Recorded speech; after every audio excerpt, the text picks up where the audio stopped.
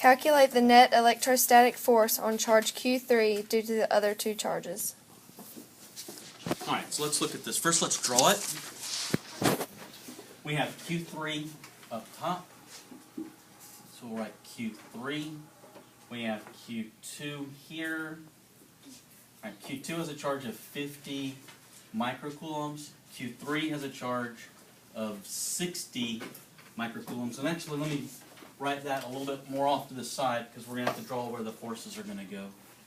Q3 is 60 microcoulombs, and then we'll draw Q1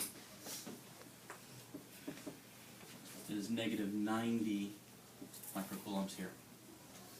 Okay, the distance between them here would be 50 centimeters. The distance between them here, straight line, 30 centimeters. And the distance between them here would be 58.3 centimeters. And that's a 30-degree angle. This is a 90-degree angle. And that is all that's given. Okay, now, calculate the force on charge 3 due to the other charges. So the question is, where is particle 3 going to go caused by particle 1 and particle 2? All right, and what I like to do is to start out by drawing the charges and then writing what signs they are. That's negative, that one is positive, and this one is positive. Now, two positive charges are repulsive, so Q2 will push Q3 upward. All right.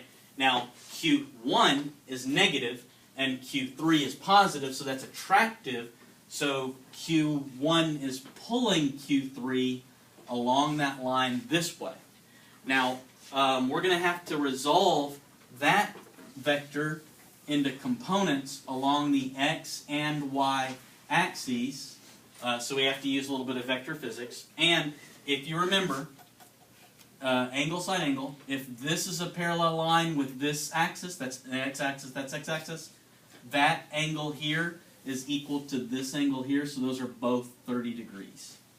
All right, now we have a general idea of what's happening.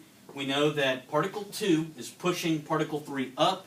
We know that particle 1 is pulling particle 3 back down. Okay, now we use Coulomb's law. The force of particle 1 on particle 3 is equal to K, Q1, Q3 divided by the distance between 1 and 3 squared. And the force of particle 2 on 3 is equal to K, Q2, Q3 divided by the distance between 2 and 3 squared. Okay, K, Coulomb, is 9 times 10 to the 9th. Coulomb's constant. Q1, we're looking at the magnitude of Q1 only, so you drop the negative sign.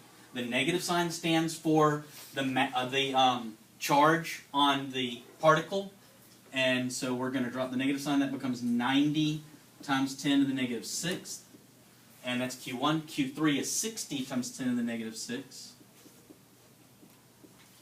and that's divided by the distance between the two particles squared. The distance between them is 58.3 centimeters. Move the decimal to the left twice. That's 0.583 meters squared. This has to be in meters because it's a force. Your force is in newtons, and newtons is in meters. We'll punch this in the calculator after we write this one down, so we can do it all at the same time. This is 9 times 10 to the 9th. Q2 is 50 microcoulombs, so 50 times 10 to the negative 6th. Q3 is 60 times 10 to the negative 6th. And divided by the distance between particle 2 and 3 squared, move the decimal over 2 times, that's 0.3 meters squared.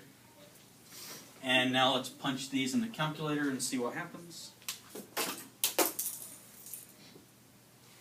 Okay, 9 times 10 to the 9th, 90 times 10 to the negative 6th, 60 times 10 to the negative 6th, divided by 0.583, divided by 0.583. Okay, that gives us 142.98. We'll just keep the decimals now. 142.98. And that is in newtons. It's a force.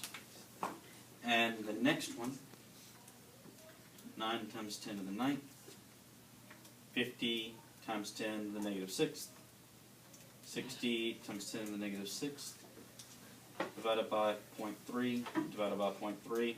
That gives us 300 even. Okay, so this force is 300 newtons, and that force is 142.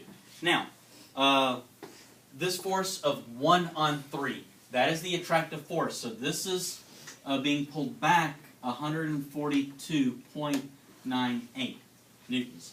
And this, particle 2, is pushing particle 3 upwards with a force of 300 newtons. Now we have to look at this.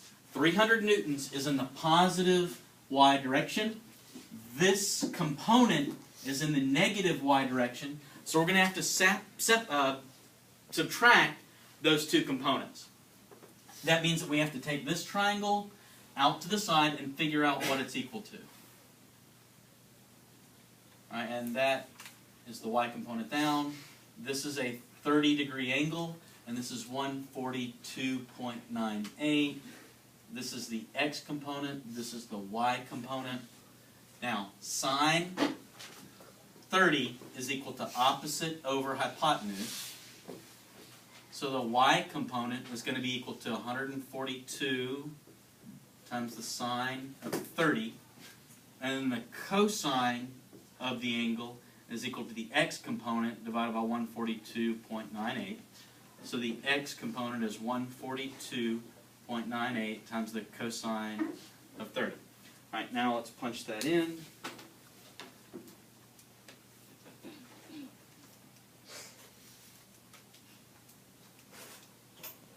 And that's 71.49, and then 142,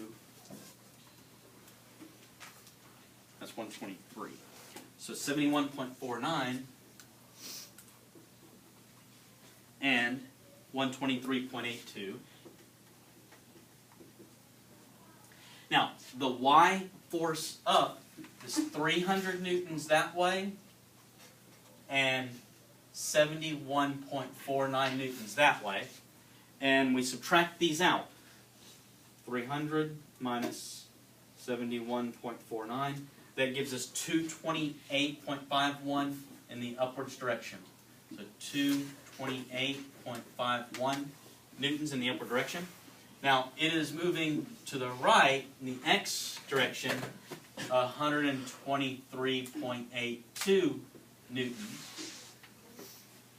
We still haven't figured out the resultant vector yet. That is dependent upon this in the y direction, that in the x direction. So if we use the Pythagorean theorem, 228.51 squared plus 123.82 squared, take the square root of that, we get the resultant vector, and that's where the particle will actually be heading.